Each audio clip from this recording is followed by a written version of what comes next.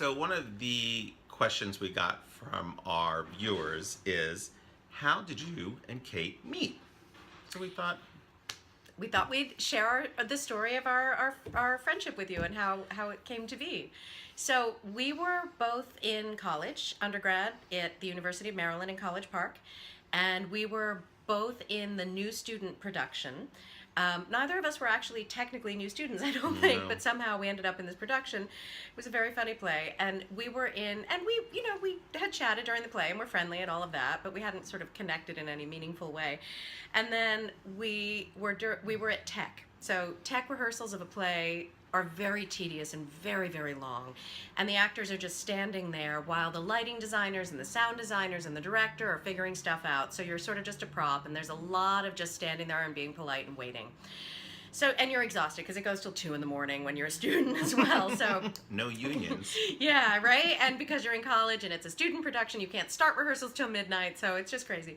So we're punchy and tired. And so we're there. And it was a parody of a Shakespeare play. And so Rick was playing a king, and he had this gorgeous purple velvet cape with like an ermine mask, and I was Ophelia or something, and we were standing next to each other waiting and waiting and waiting and waiting and waiting. And as we were waiting, Rick had this cape on, and he just sort of took it in his hands, and he was bored, so he was just doing this like swinging motion with his cape, and we're standing there.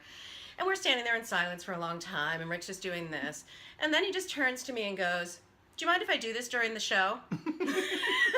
And it was so funny. At the time, it struck me as so unbelievably funny that was it. That was the moment that we realized we had a kindred spirit. And so we started hanging out. We started going to movies. We started going out to eat, surprisingly.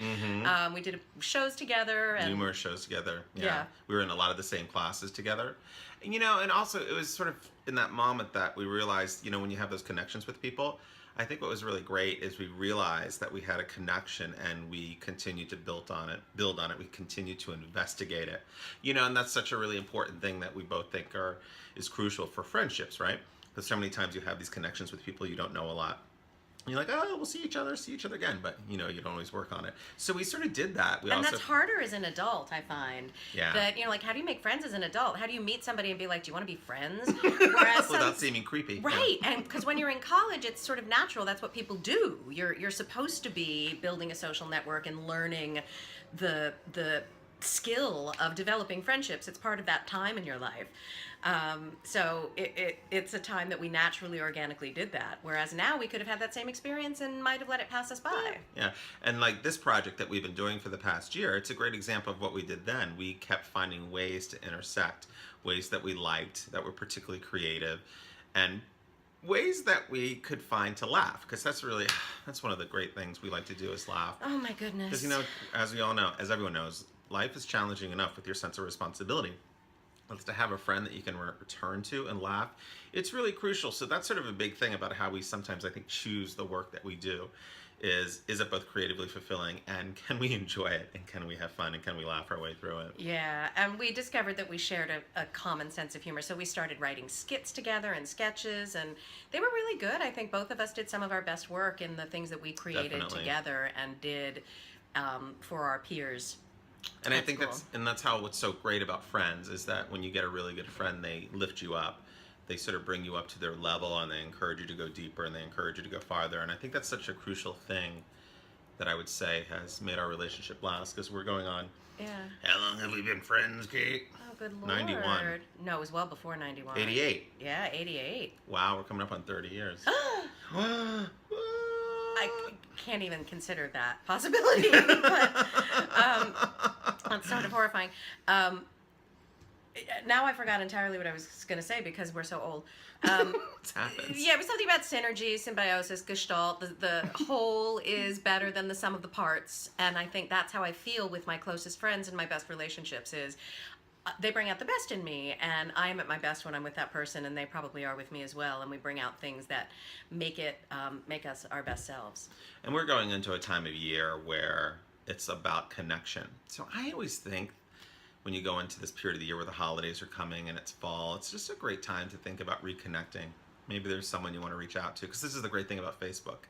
I've only been on it for a year, but it's been really wonderful to reach out to people that I haven't talked to for years. And it's so funny how all of that starts, that energy starts again, and you can just start to see why you were friends with someone.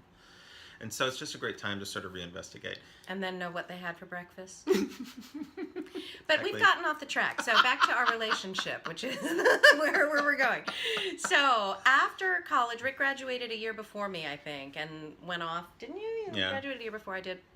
And then I went to Iowa for graduate school. And so we drifted apart for a couple of years. We stayed in touch a little bit, but not really consistently. We didn't stay close in that time. And then somehow we came back together. I don't remember. We were just talking about this. I don't remember how that happened, really.